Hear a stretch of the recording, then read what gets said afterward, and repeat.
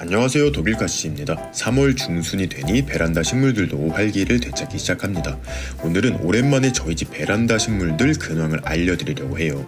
매년 봄 베란다 투어를 해왔는데 식물이 많다 보니 모든 식물의 근황을 전해드리면 지루해하실 것 같아서 근황을 궁금하다고 해주신 식물들, 그리고 확실히 변화가 많이 일어난 식물들 위주로 살펴보도록 하겠습니다. 좋아요와 댓글은 영상 제작에 큰 힘이 되니까요. 좋아요 한 번씩 눌러주시면 감사하겠습니다. 그럼 바로 베란다 식물들 살펴보러 가볼게요. 첫 번째 식물은 흙으로 키우는 호접란입니다. 3년 전부터 호접란을 흙으로 키워보고 있는데 올해도 너무 예쁜 꽃을 피워주었어요. 올해에는 특히 세력이 좋아져서 그런지 꽃의 크기도 엄청 큽니다.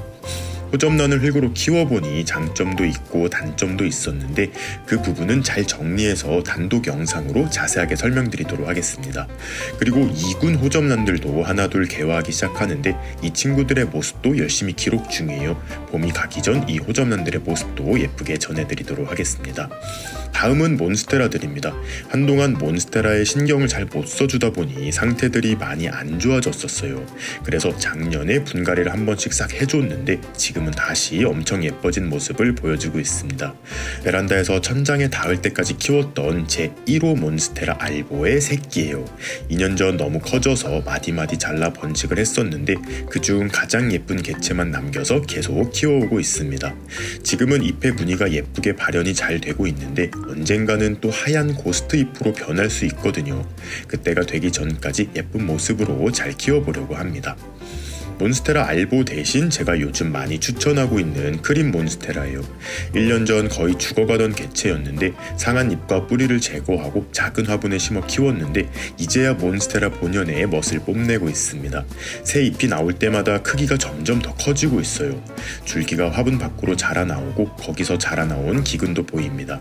새로 자란 잎이 어느 정도 경화가 되면 조금 더 큰 화분으로 분갈이를 해줄 계획이에요. 제가 가장 아끼는 옐로우 몬스테라입니다. 진한 초록색 잎에 쨍한 노란색 무늬가 들어가 굉장히 화려한 개체예요. 작년 가을에 새 잎을 올렸는데 노란 무늬가 하나도 없어서 조금 아쉬웠거든요. 이번 봄에 새 잎을 올려주었는데 노란 무늬가 골고루 잘 들어가 있습니다. 옐로우 몬스테라는 새 잎일 때에는 무늬가 잘 띄지 않지만 시간이 지나면서 잎의 색감이 진해지면서 무늬가 선명하게 변해요. 인도 고무나무가 정말 많이 컸어요. 어머니가 저 태어날 때 사오신 200원짜리 고무나무가 본가에 있는데 6년 전에 가지 하나를 잘라서 키운 거예요. 지금은 제 키보다도 더 커지고 가지도 분주돼서 풍성해지기 시작했습니다. 1년 정도 더 키운 후에는 가지치기를 조금 해서 수영을 다듬어 봐야 할 것 같아요. 얼마 전 꼭 한번 키워보시라 추천드렸던 무늬알리 고무나무예요. 저는 몇 년 전 가격이 비쌀 때 작은 개체를 들여서 이제 이만큼 키웠는데 요즘 꽃시장에서는 이 정도 사이즈에 10,000원대에 구매가 가능하거든요. 생각보다 예쁘고 무엇보다 강건해서 추천을 하고 있습니다. 빛이 강한 창가보다는 약간 그늘진 곳에 두어야 오히려 무늬 색감이 더 화려해져요. 빛이 부족해서 고민이신 분들은 꼭 한번 키워보세요. 작년 추석 당근마켓으로 구매한 대왕호야입니다. 뿌리를 최대한 건드리지 않고 토분으로 옮긴 후 오벨리스크 형태로 지지대를 세워주었어요. 몇 달 동안 큰 변화가 없다가 늦겨울부터 새 줄기와 잎들을 올려주고 있습니다. 날이 따뜻해지니까 슬슬 꽃대도 부풀어 오르기 시작했어요. 호야 꽃대는 생각보다 빨리 부풀어서 조만간 예쁜 꽃 소식 전해드릴 수 있을 것 같습니다. 그 밖에도 여러 품종의 호야들이 있는데 매화 호야로도 유명한 파치클라다 알보도 꽃봉오리를 많이 달아주었어요. 다른 호야들은 오랜 기간 키우고 줄기가 길어져야 꽃을 보여주는데 파치클라다 알보는 어린 개체들도 바로 꽃을 보여주는 장점이 있어요. 이 친구는 꽃이 굉장히 예쁜데 만개하면 바로 소식 전해드리도록 하겠습니다. 지난 겨울 베란다에서 월동을 시도했던 수국들이에요. 작년 가을에 삽목했던 수국들이 무사히 월동을 마치고 새 잎을 하나둘 올리기 시작했습니다. 화분에 키워보고 있는 만화경 수국과 티볼리 수국도 무사히 월동을 마쳤는데 겨우내 베란다의 최저 온도가 15도 정도로 수국에겐 좀 따뜻한 조건이었거든요. 꽂는 분화가 잘 되었는지 살짝 걱정이 됩니다. 티볼리 수국은 너무 좋아해서 포트묘 하나를 더 데려왔어요. 올해는 베란다에서 수국 키우기 영상을 한번 만들어 보려고 하는데 수국 개체가 너무 많으면 자리 차지도 많아지고 하나하나 신경 써주기가 힘들 것 같아서 딱 이 수국 하나만 키워보려고 합니다. 이제 막 새순이 터오른 상태인데 꽃이 필 때까지는 분갈이를 하지 않고 꽃을 보고 나서 분갈이를 해줄 계획을 가지고 있어요. 보라삭소롬과 흰색 삭소롬입니다. 보라삭소롬 1호는 생장점을 계속 살려서 키를 키우고 있는 중인데 거의 1m까지 자랐습니다. 중간에 있는 보라삭소롬은 줄기 5개를 한 화분에 삽목해서 조금 더 풍성한 수영으로 만들어 보려고 준비 중이에요. 오른쪽에 있는 게 흰색 삭소롬인데 보라삭소롬에 비해 성장 속도도 느리고 꽃과 잎의 크기도 조금은 작은 편입니다. 이 삭소롬들은 꽃도 잘 피고 예뻐서 너무 좋은데 떨어진 꽃 치우는 게 정말 귀찮습니다. 1년 내내 꽃을 피우다 보니 매일 치워줘야 하더라고요. 이 점 하나만 빼면 정말 아름다운 식물 중 하나인 것 같아요. 아프리카 감자 스테파니아 에렉타입니다. 3년 정도 열심히 키우고 있는 아프리카 괴근 식물인데요. 보통 초봄에 새로운 흙으로 분갈이를 해줍니다. 올해도 마찬가지로 흙을 바꿔주었는데 아직 새순이 안 올라와서 살짝 걱정이 되기 시작했어요. 그래도 괴근 자체가 단단하니 조금 더 날이 따뜻해지기를 기다려보아야겠습니다. 분갈이를 해주지 못해 상태가 좋지 않았던 무늬 보스턴 고사리예요.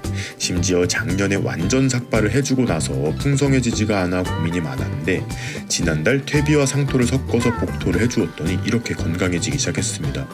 물론 봄이라는 계절 버프를 받은 것도 한몫하겠지만요. 올해는 비료도 더 잘 챙겨주고 물도 잘 챙겨줘서 예전의 멋진 모습을 되찾을 수 있도록 해주려고 합니다. 오매불망 첫 꽃을 기다리는 어린 군자란들이에요. 무늬 군자란, 노란 군자란, 노란 꽃을 피우는 무늬 군자란을 키우는데 아직 꽃을 보려면 몇 년 더 기다려야 할 것 같아요. 특히 2년 전 씨앗부터 키우기 시작한 이 아기 군자란들의 꽃이 정말 기대가 됩니다. 살구색 꽃을 피우는 무늬 군자란으로 예상되는데 6개의 씨앗 중 무늬를 가진 개체는 2개예요. 아직 3년 정도는 더 기다려야 여러분들께 꽃을 보여드릴 수 있을 것 같습니다. 작년 정말 아름다운 꽃을 보여주었던 독일왕후 선인장입니다. 올해는 세력이 더 좋아져서 더 많은 꽃을 보여줄 것 같아요. 무조건 빛이 강해야 좋을 줄 알고 작년까지는 강광에서 키웠는데 잎에 검은 반점들이 생기기 시작하더라고요. 그래서 작년 가을부터 베란다에서도 살짝 그늘진 곳에 키우고 있는데 반점 없이 너무 깨끗하게 자라고 있습니다. 작은 모종 하나를 4년 정도 키웠더니 이 정도가 되었어요. 작년 가을 상한 잎들을 정리하면서 삽목도 몇 개 해두었는데 대부분 성공해서 새 잎들을 많이 올려주고 있습니다. 엄청 푸릇푸릇하죠. 조만간 분리를 해서 화분 하나에 하나씩 정식을 해주어야 할 것 같아요. 제가 딱 이만한 사이즈로 시작을 했는데 감회가 새롭습니다. 요즘 푹 빠져 지내는 시클라멘들이에요. 계속해서 꽃이 피고 지고 있는데 얼마 전 새로 구입한 시클라멘의 근황을 많이 물어보시더라고요. 거금을 주고 구입했는데 정확한 품종명은 로지스 로즈입니다. 수양 시클라멘인데 잎이 하나도 없는 구근 상태로 분양을 받아서 혹여라도 죽으면 어쩌나 정말 고민이 많았는데 다행히 새 잎을 많이 올려주었습니다. 특히 태국을 다녀오는 동안에는 어머니께 물 좀 챙겨주라고 부탁까지 했었어요. 올해는 꽃을 안 보여줘도 괜찮으니 건강하게만 세력을 키워줬으면 좋겠습니다. 얼마 전 율마님이 선물해주신 초미니 아데니움이에요. 분갈이를 해준 지 한 달 정도 지나고 나니 정말 조그마한 잎들을 바글바글 올리기 시작했어요. 덩치가 정말 작다 보니 꽃도 손톱만하게 핀다고 하는데 올해 바로 꽃을 보여줄지 기대가 됩니다. 꽃을 피우면 꼭 소식 전해드리도록 할게요. 개발 선인장들의 개화 시즌이 지나가고 이제 원종 개발 선인장들의 개화 시즌이 다가오고 있습니다. 그런데 원종 개발 선인장 잎에 아직까지 꽃봉오리가 보이지 않고 있어요. 역시 불안감이 엄습해 옵니다. 지금쯤이면 좁쌀만하게 꽃봉오리를 만들기 시작해야 하는데 베란다의 겨울 온도가 높아서 그런 건지 아직까진 감감무소식이에요. 조금 더 기다려보도록 하겠습니다. 작년 장마철 무름병으로 죽을 뻔했던 흰색 원종 개발 선인장들도 무사히 겨울을 이겨냈습니다.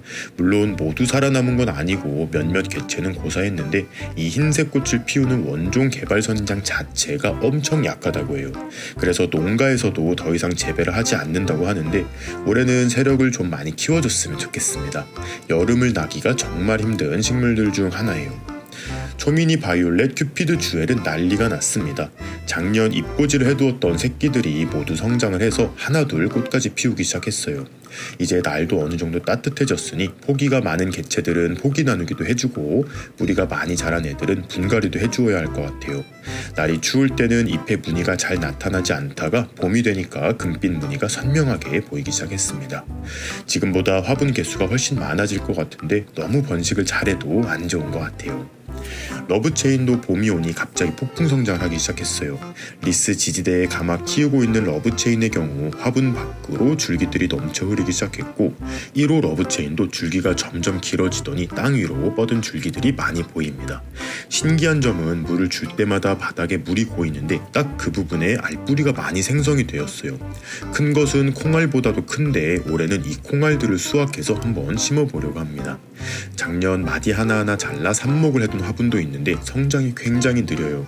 거의 1년 정도 키우니까 화분 표면을 다 채우고 하나둘 길어진 줄기들이 보이기 시작해요. 지금부터는 폭풍 성장을 할 것 같은데 올 한 해 성장이 굉장히 기대가 됩니다. 역시 율마님이 선물해주신 4종의 보석란들이에요. 숫대로 분갈이를 해준 지 한 달 정도 지났는데 몰라보게 싱싱해지고 새 잎들도 올리기 시작했습니다. 그 중에서도 에메랄드 골드 품종은 꽃까지 피워주었는데 꽃이 꼭 큰 모자를 쓰고 있는 천사의 모습을 닮았습니다. 아직 덩치가 작은데도 이렇게 예쁜데 잘 키워서 세력이 강해지면 훨씬 멋진 잎과 꽃을 보여줄 것 같아요. 올해 더 열심히 키워보려고 다짐한 부겐베리아예요. 무늬 삼색 부겐베리아인데 굉장히 휑한 모습을 보이고 있죠. 겨울 동안 온도가 낮은 창가에 두고 월동을 하다 보니 잎이 다 떨어졌습니다. 너무 웃자란 줄기들도 다 잘라주고요.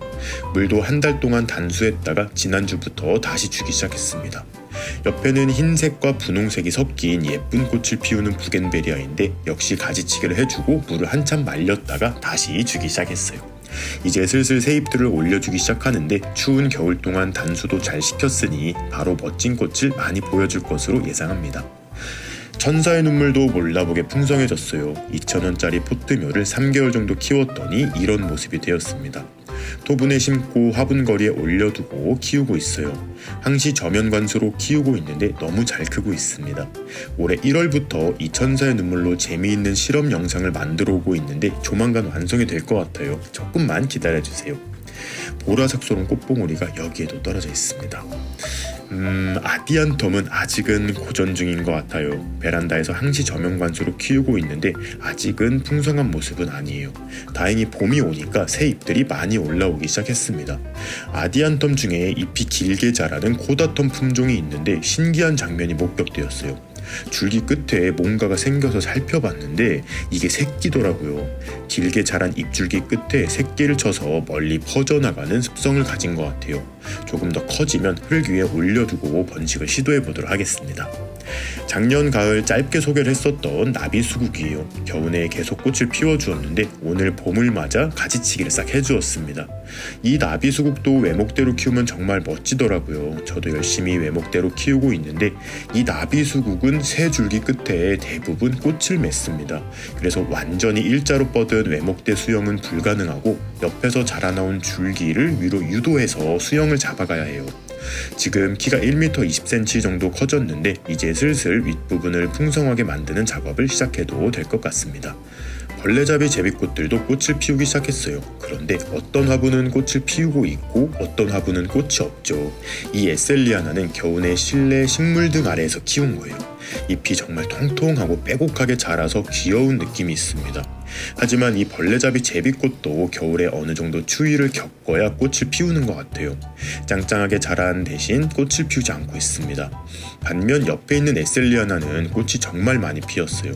겨우내 베란다 창가에 두었다가 오늘 영상을 찍기 위해 실내로 들인 거거든요. 추운 온도에 빛이 살짝 부족해서 잎이 조금 퍼져 있는 느낌은 있는데 오히려 이 모습이 더 자연스럽고 예쁘다고 느끼는 분들도 많으시더라고요. 벌레잡이 제비꽃의 꽃까지 꼭 보고 싶으시다면 겨울은 조금 춥게 관리를 해보세요. 그 외 여러 가지 벌레잡이 제비꽃들도 함께 키우고 있습니다. 특히 올 초에 에셀리아나와 비슷하지만 색감이 전혀 다른 엘러시에에 푹 빠져서 몇 종 더 분양받았어요.